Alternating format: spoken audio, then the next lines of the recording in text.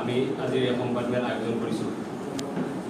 প্ৰথম কথাটো হ'ল কালি স্বাস্থ্যমন্ত্ৰী হিমন্ত বিশ্ব শৰ্মা ডাঙৰীয়াই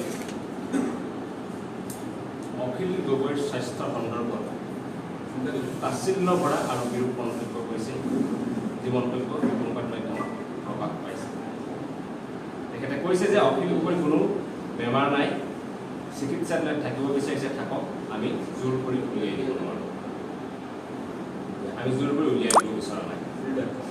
আমি কৃষক মুক্তি সংগ্ৰাম সমিতিয়ে স্বাস্থ্যমন্ত্ৰী হিমন্ত বিশ্ব ডাঙৰীয়াক স্পষ্টভাৱে সুধিব বিচাৰিছোঁ, যদি অখিল গগৈৰ কোনো বেমাৰেই নাছিল তেন্তে অখিল গগৈক কিয় চিকিৎসালয়ত ভৰ্তি কৰোৱা হৈছিল? যদি অখিল গগৈৰ কোনো বেমাৰেই নাই তেনেহ'লে কিয় চিকিৎসালয়ত এতিয়াও অখিল গগৈৰ চিকিৎসা চলাই থকা হৈছে? আমি মন্ত্ৰী হিমন্ত বিশ্ব শৰ্মাক সুধিব বিচাৰিছোঁ, যদি অখিল গগৈৰ কোনো বেমাৰেই নাই তেওঁক কিয় এতিয়া পৰীক্ষা নিৰীক্ষা এতিয়াও চলাই থকা হৈছে? আমি হিমন্ত বিশ্ব শৰ্মাক সুধিব বিচাৰিছোঁ যে GMCত বা চিকিৎসালয়ত কোন ভৰ্তি হ'ব সেই সিদ্ধান্ত স্বাস্থ্যমন্ত্ৰী হিমন্ত বিশ্ব শৰ্মাই ল'ব নে GMCHৰ ডাক্তৰে ল'ব?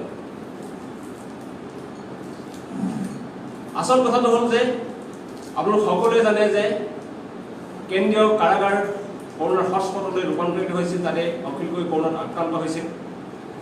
অখিল গগৈ এতিয়া কৰোণা নিগেটিভ যদিও অখিল গগৈ এতিয়াও আঁঠুৰ বিষ, মাংসপেশীৰ বিষ, শাৰীৰিক দুৰ্বলতা, পেটৰ বিষ আৰু তীব্ৰ বুকুৰ বিষত আক্ৰান্ত হৈ আছে। আৰু যোৱা 8 ছেপ্টেম্বৰ তাৰিখে তেখেতক ECG আৰু আল্ট্ৰাচাউণ্ড কৰা গৈছে। কালি 10 ছেপ্টেম্বৰ তাৰিখে তেখেতক এণ্ডস্কপি কৰা গৈছে। আমি আপোনালোকক তাৰ প্ৰতিলিপি আজি আমি GMCHলৈকে সংগ্ৰহ কৰি আনি আপোনালোকক দেখুৱাই দিব বিচাৰিছোঁ। এইবিলাক প্ৰতিলিপি চাওক। 8 তাৰিখে আৰু 10 তাৰিখে অখিল গগৈক এণ্ডস্কপি, আল্ট্ৰাচাউণ্ড আৰু ECG কৰোৱাৰ পৰীক্ষাৰ প্ৰতিলিপি। এইবিলাক তেখেতক চিকিৎসা চলাই থকাৰ পিছতো কালি হিমন্ত বিশ্ব শৰ্মাই ক'লে যে অখিল গগৈ কোনো বেমাৰ নাই, তেখেতে স্বইচ্ছাৰে চিকিৎসালয়ত থাকিব বিচাৰিছে, গতিকে আমি জোৰ কৰি পঠিয়াব বিচৰা নাই। আচলতে সমগ্ৰ অসমবাসীয়ে জানে যে মন্ত্ৰী হিমন্ত বিশ্ব শৰ্মাৰ ব্যক্তিগত উদ্যোগতেই অখিল গগৈক দীৰ্ঘদিন ধৰি কাৰাগাৰত বন্দী কৰি ৰখাৰ কাৰণে সকলো ধৰণৰ কুপ্ৰচেষ্টা, সকলো ধৰণৰ অপচেষ্টা চলোৱা হৈছে। আৰু এতিয়া চিকিৎসালয়ত চিকিৎসাধীন হৈ থকা অখিল গগৈৰ প্ৰতি তাচ্ছিল্য ভৰা মন্তব্য কৰি মন্ত্ৰী হিমন্ত বিশ্ব শৰ্মাই ৰোগী GMCত চিকিৎসাধীন কৃষক নেতা অখিল গগৈৰ চিকিৎসা ব্যাহত কৰিব বিচাৰিছে আৰু তাচ্ছিল্য ভৰা মন্তব্যৰে অখিল গগৈক মানসিক অশান্তি দিব বিচাৰিছে। আমি কৃষক মুক্তি সংগ্ৰাম সমিতিয়ে মন্ত্ৰী হিমন্ত বিশ্ব শৰ্মাক সকীয়াই দি ক'ব বিচাৰিছোঁ যে আপুনি এনেধৰণৰ নিকৃষ্ট কামৰ পৰা বিৰত থাকক, নহ'লে আপোনাৰ বিৰুদ্ধে আমিও মুখ খুলিবলৈ বাধ্য হ'ম। আৰু মন্ত্ৰী হিমন্ত বিশ্ব শৰ্মাই উত্তৰ দিয়ক অসম ৰাইজক যে আজি তেখেতৰ স্বাস্থ্যমন্ত্ৰিত্বৰ কালত GMCHত আৰু চিকিৎসালয়ত কোন ভৰ্তি হ'ব, কোন কেতিয়া ৰিলিজ হ'ব, তাৰ সিদ্ধান্ত তেখেতে ল'ব নে ডাক্তৰে ল'ব? মন্ত্ৰী হিমন্ত বিশ্ব শৰ্মাই অসমবাসীক উত্তৰ দিয়ক যে অখিল গগৈৰ যদি কোনো বেমাৰে নাছিল তেনে তেখেতক কিয় GMCHত ভৰ্তি কৰা হৈছিল? মন্ত্ৰী হিমন্ত বিশ্ব শৰ্মাই অসমবাসীক উত্তৰ দিয়ক যে অখিল গগৈ চিকিৎসাৰ বাবে তেখেতৰ ডিপাৰ্টমেণ্টে কিয় বিশেষ বোৰ্ড গঠন কৰি দিছিল? মন্ত্ৰী হিমন্ত বিশ্ব শৰ্মাই অসমবাসীক আজি উত্তৰ দিয়ক যে অখিল গগৈৰ যদি কোনো বেমাৰে নাই ডাক্তৰে কিয় তেন্তে তেখেতৰ চিকিৎসা কৰাই আছে? অতি নিকৃষ্ট ষড়যন্ত্ৰ। আৰু এনে নিকৃষ্ট ষড়যন্ত্ৰৰ হিমন্ত বিশ্ব শৰ্মাই অখিল গগৈৰ চিকিৎসা সেৱা ব্যাহত কৰিব বিচাৰিছে আৰু তেখেতক মানসিক অশান্তি দিছে।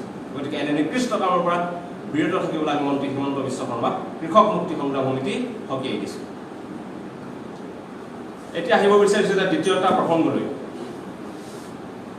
কালি অসম জাতীয়তাবাদী যুৱ ছাত্ৰ পৰিষদৰ সাধাৰণ সম্পাদক পলাশ চাংমা ডাঙৰীয়াই এক বক্তব্য প্ৰকাশ কৰিছে, যি বক্তব্য সংবাদ মাধ্যমত প্ৰকাশ পাইছে। তেখেতে কৈছে যে আমি কৃষক মুক্তি সংগ্ৰাম সমিতিয়ে এটা দলৰ ঘোষণা কৰিছোঁ আৰু এই দলৰ মুখ্যমন্ত্ৰী ৰূপে অখিল গগৈক প্ৰক্ষেপ কৰি আমি ঐক্যবদ্ধ হোৱাৰ পৰিৱেশ বিনষ্ট কৰিছোঁ আৰু আমি ঐক্যবদ্ধ হোৱাৰ পৰিৱেশ বিনষ্ট কৰিছোঁ। আজি আমি সমগ্ৰ অসমবাসীক জনাই দিব বিচাৰিছোঁ যে কৃষক মুক্তি সংগ্ৰাম সমিতিয়ে অসমত এটা ঐক্যবদ্ধ আৰু আপোচবিহীন আঞ্চলিক শক্তি গঢ়াৰ ক্ৰমত বিচাৰি আছোঁ আৰু ভৱিষ্যতো বিচাৰিছোঁ। এই ক্ষেত্ৰত কোনো ধৰণৰ আমি কোনো কম্প্ৰমাইজ নহয়।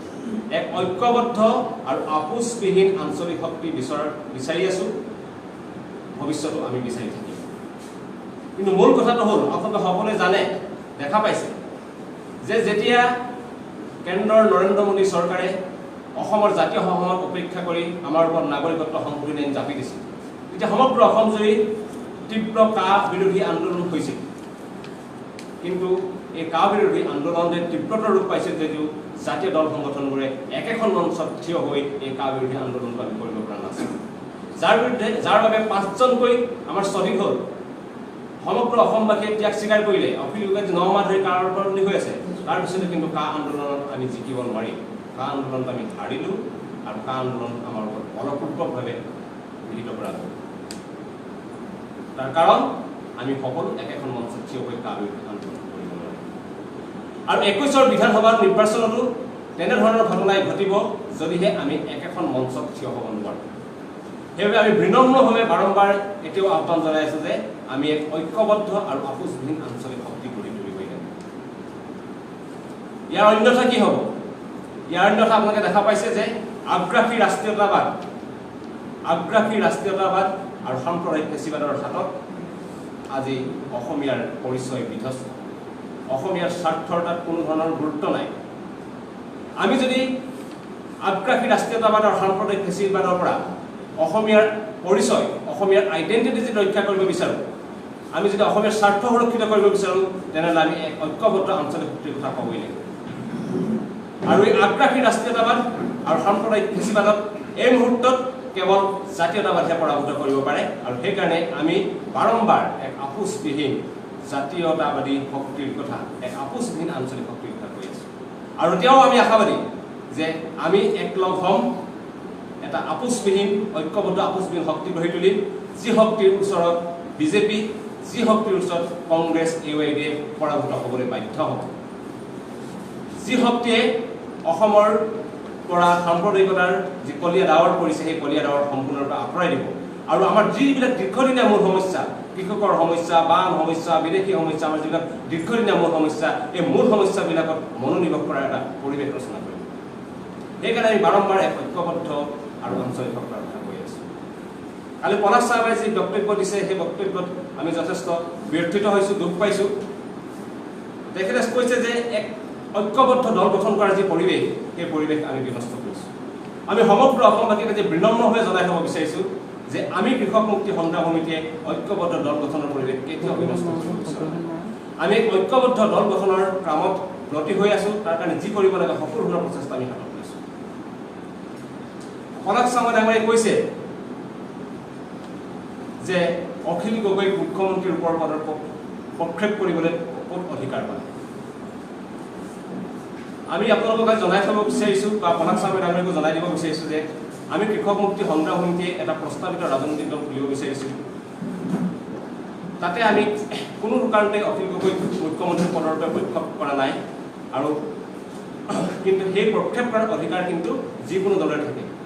যিকোনো এটা দলে, কোনোবা এটা সংগঠনে কোনো দল গঠন কৰিব, সেই দলটোৰ কোনো নেতা কোন হ'ব, সেই সংগঠনে নিশ্চিতভাৱে সেয়া নিৰ্বাচিত কৰিব পাৰে। কিন্তু যিহেতু আমি এক ঐক্যবদ্ধ দলৰ কথা কৈছোঁ, গতিকে আমি বিচাৰোঁ যে আলাপ আলোচনাৰ মাজেৰে সেই ঐক্যবদ্ধ দল সংগঠনক কোনে কোনে নেতৃত্ব দিব, সেইটো থিৰাং কৰিব হ'ব লাগে। আৰু আজি আপোনালোকক জনাই দিব বিচাৰিছোঁ, কেইবাদিনৰ পূৰ্বেই পলাশ চাংমাই আৰু সংশ্লিষ্ট কৰ্তৃপক্ষক আমি খুব স্পষ্ট আৰু পোনপটীয়া ভাষাৰে জনাই দিছিলোঁ যে আমি কোনোপধ্যে অখিল গগৈক মুখ্যমন্ত্ৰী পদৰ ৰূপে প্ৰাৰ্থীৰূপে প্ৰক্ষেপ কৰা নাই। আমি স্পষ্টভাৱে জনাই দিছিলোঁ যে নেতা কোন হ'ব তেনেধৰণৰ কোনো চৰ্ত আমাৰ নতুন দল গঠনৰ ক্ষেত্ৰত নাথাকে। কেৱল নেতা বুলিয়েই নহয়, আমি বিচাৰোঁ এক ঐক্যবদ্ধ আঞ্চলিক শক্তি। আৰু এই নতুন দলৰ ক্ষেত্ৰত আমাৰ ফালৰ পৰা কোনো ধৰণৰ চৰ্ত নাথাকে বুলি অতি স্পষ্টভাৱে পলাশ চাহাবে ডাঙৰীয়াৰ সংশ্লিষ্ট কৰ্তৃপক্ষক আমি জনাই দিছোঁ। আনকি আমি তেখেতসকলক এইটোও কৈছোঁ যে তেখেতসকলে যাকে নেতা প্ৰক্ষেপ কৰে তাক আমি মানি লওঁ। তেখেতসকলক তাৰো ঊৰ্ধলৈ গৈ আমি কৃষক মুক্তি সংগ্ৰাম সমিতিক আমি তেখেতসকলক কৈছোঁ যে নিৰ্বাচনত আমাক ইমানখন আসন দিব লাগিব, তেনেকুৱা ধৰণৰ কোনো চৰ্ত নাই। আনকি এইটোও কৈছোঁ যে নিৰ্বাচনত যদি কৃষক মুক্তি সংগ্ৰাম সমিতি এজনো প্ৰাৰ্থী নিদিয়ে তেতিয়াও কোনো আমাৰ আপত্তি নাই। আমি কেৱল জাতীয় স্বাৰ্থত ঐক্যবদ্ধ হ'ব বিচাৰিছোঁ, আমি ক্ষমতাৰ প্ৰতি লালায়িত নহয়।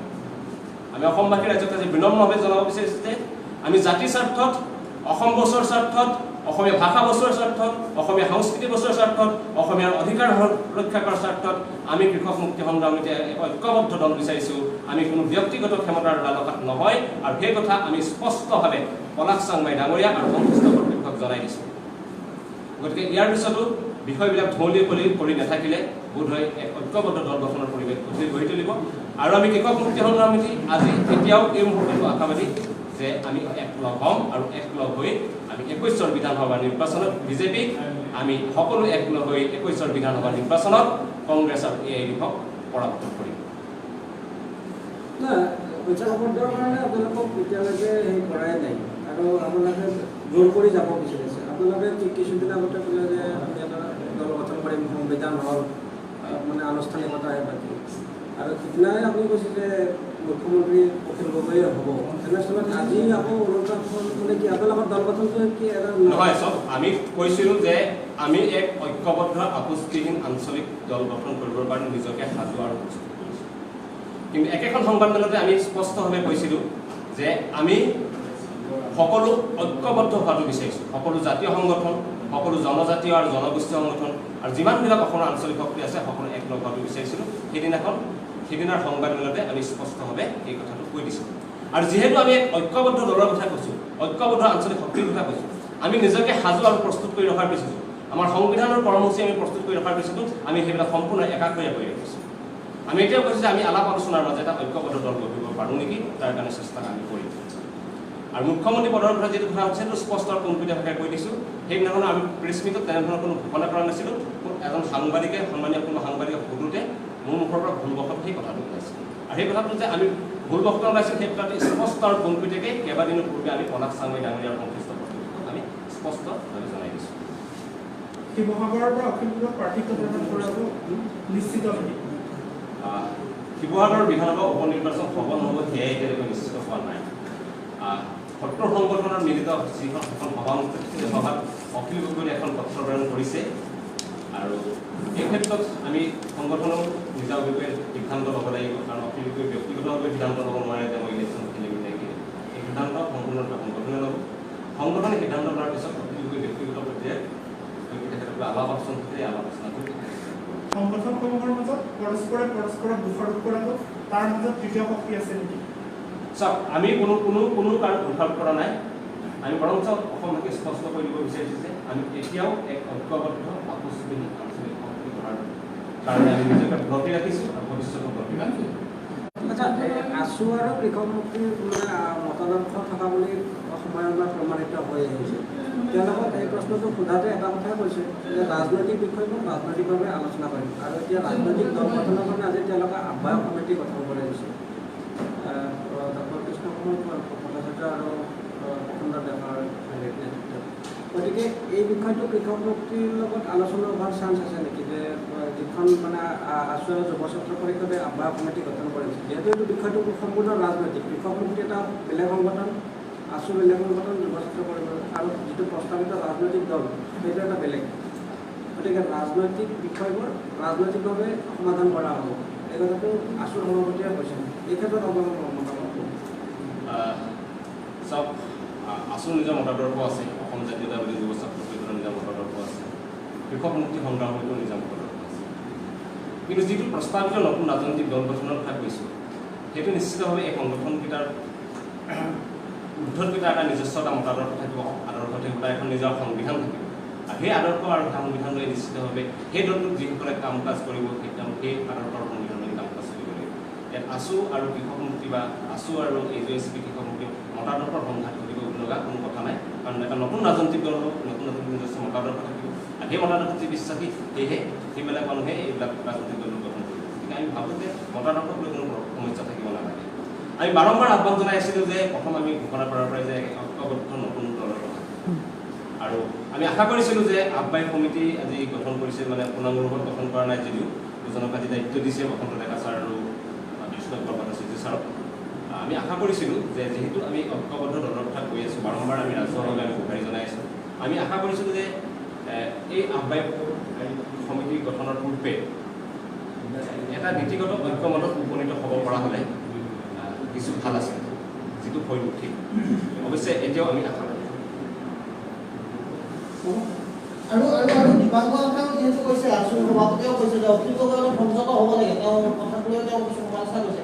মানে এনেকুৱা হৈছে নেকি যে KMSSক তেওঁলোকে লগত নিবই খোজা নাই, মানে তেনেকুৱা এটা হৈছে নেকি? আপোনালোকে এটা আহ্বান জনাই আছে, তাতো এটা কৰিছে। ইতিমধ্যে দীপাংকৰ কিন্তু ক'লে যে অখিল গগৈ সংযত হৈ থকা এনেধৰণৰ কথাই বিপদত পেলাব পাৰে বুলি কৈছে। আপোনালোকে সকলোৱে জানে যে অখিল গগৈ যোৱা 9 মাহ ধৰি কাৰাগাৰতে আছে। গতিকে আমি তেখেতৰ যিখিনি বক্তব্য আমি আপোনালোকৰ মাধ্যমেৰে জানিব পাৰিছোঁ, তেখেতে প্ৰথম দিনাখন বক্তব্য দিছিল যে এটা দল, এটা পতাকা আৰু এটা প্ৰতীকৰ দলত আমি সংগঠিত হ'ব লাগে। আৰু যিহেতু তেখেতে হয়তো কোনো সঁহাৰি পোৱা নাছিল, সেইকাৰণে হয়তো কালি তেনেধৰণে এটা বক্তব্য প্ৰকাশ কৰিছে যে এতিয়ালৈকে আগবঢ়োৱা নাই। আৰু গতিকে আৰু আমি এতিয়াও আশাবাদী যে আমি সকলো একলগ হ'ম, আৰু আমি একলগ হ'বই লাগিব, নহ'লে অসমীয়া জাতি নাবাচে। আৰু আমি যদি একলগ হওঁ তেতিয়াহ'লে আমি অসমীয়া জাতি বচাব পাৰিম, সেইটো আমাৰ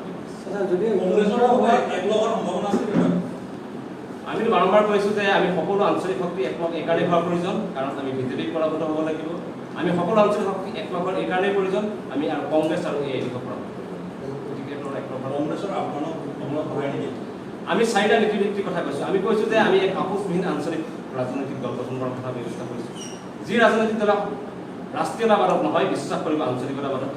আমি কৈছোঁ যে আমি কোনো সাম্প্ৰদায়িকতাবাদৰ বিশ্বাসী কোনো মানুহৰ দলৰ লগত আমি নাই। আমি কৈছোঁ যে যুক্তৰাষ্ট্ৰীয়তাবাদত বিশ্বাস কৰিব লাগিব। আমি কৈছোঁ যে থলুৱাৰ নেতৃত্বত সকলো জাতি ধৰ্ম বৰ্ণ ভাষা সামৰি ইনক্লুচিভ জাতীয়তাবাদত।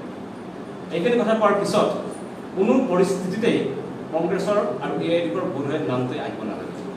আমি বিজেপি, কংগ্ৰেছ, AIDক পৰাভূত কৰিবৰ কাৰণে এক ঐক্যবদ্ধ আঞ্চলিক শক্তি গঠনৰ কাৰণে আহ্বান জনাই আছোঁ, প্ৰচেষ্টা চলাই আছোঁ, যি প্ৰচেষ্টা আমি চলাই আছোঁ। নিশ্চিত আমি পৰৱৰ্তী সময়ত এইবিলাক আলোচনা আমি চলাই থাকিব, কিন্তু আমি বৰ্তমান সকলো আঞ্চলিক শক্তি, অসমৰ সকলো জাতীয় সংগঠনক, অসমৰ সকলো জাতি আৰু জনগোষ্ঠীসমূহক একলগ কৰি কিদৰে অপ্ৰতিৰোধ আঞ্চলিক শক্তি গঢ়ি তুলিব পাৰি সেই ক্ৰমত আমি প্ৰস্তুত কৰিছোঁ। যদি ছাত্ৰ সন্থাই আপোনালোকক নামাতে তেতিয়া আপোনালোকৰ মানে ৰাজনৈতিক দল গঠনৰ প্ৰক্ৰিয়াটো কি ধৰণে আগবাঢ়িব? হয়, আমাৰ এইটো এটা আশংকা হৈছে যে আমি এতিয়াও আশা কৰি আছোঁ যে আমি সকলো একলগ হ'ম। আমাৰ সকলো প্ৰস্তুত, আমি নিজকে সাজু আৰু প্ৰস্তুত কৰি তোলাৰ পাছতো আমি নিজৰ কামটো আমি আগবঢ়োৱা নাই, কাৰণ আমি ঐক্যবদ্ধ হোৱাৰ কথা কৈছোঁ। গতিকে আমি অলপ শংকিত যে আমি ৰৈ আছোঁ, আমি কোনো যদি সঁহাৰি নাপাওঁ, তেখেতসকলে যদি নিজাববীয়াকৈ যদি আমাক এৰি থৈ যদি কৰে, তেতিয়াহ'লে আমি অলপ শংকিত হৈ আছোঁ। গতিকে আমি ভাবোঁ যে খুব অচিৰেই আমি একলগ হোৱাৰ কাৰণে এটা বাট প্ৰস্তুত যদি নহয় আপোনালোকে তেতিয়াহ'লে কি কৰিব? নিশ্চিতভাৱে এই সময়ত পৰৱৰ্তী সময়ত আমাৰ সংগঠনৰ মাজত আলোচনা কৰি আমি পৰৱৰ্তী পদক্ষেপ গ্ৰহণ কৰিম। কিন্তু আমি এতিয়াও আশাবাদী যে অতি সোনকালে আমি একলগ হোৱাৰ এটা বাট মুকলি হ'ব। কিন্তু একেবাৰে আমি কৈ থৈছোঁ যে আজি আহ্বায়ক সমিতি গঠন হোৱাৰ পূৰ্বে আমি ব্যক্তিগত ঐক্যমতৰ প্ৰয়োজন আছিল। 2 নম্বৰ, আমি কিছু শংকিত বোধ কৰিছোঁ, কাৰণ আমি নিজকে সম্পূৰ্ণ সাজু আৰু প্ৰস্তুত কৰি তোলাৰ পিছতো আমি আমাৰ দলৰ কাম আগবঢ়োৱা নাই, কাৰণ আমি ঐক্যবদ্ধ হৈ সকলোৱে একেলগে আগবাঢ়িব বিচাৰিছোঁ।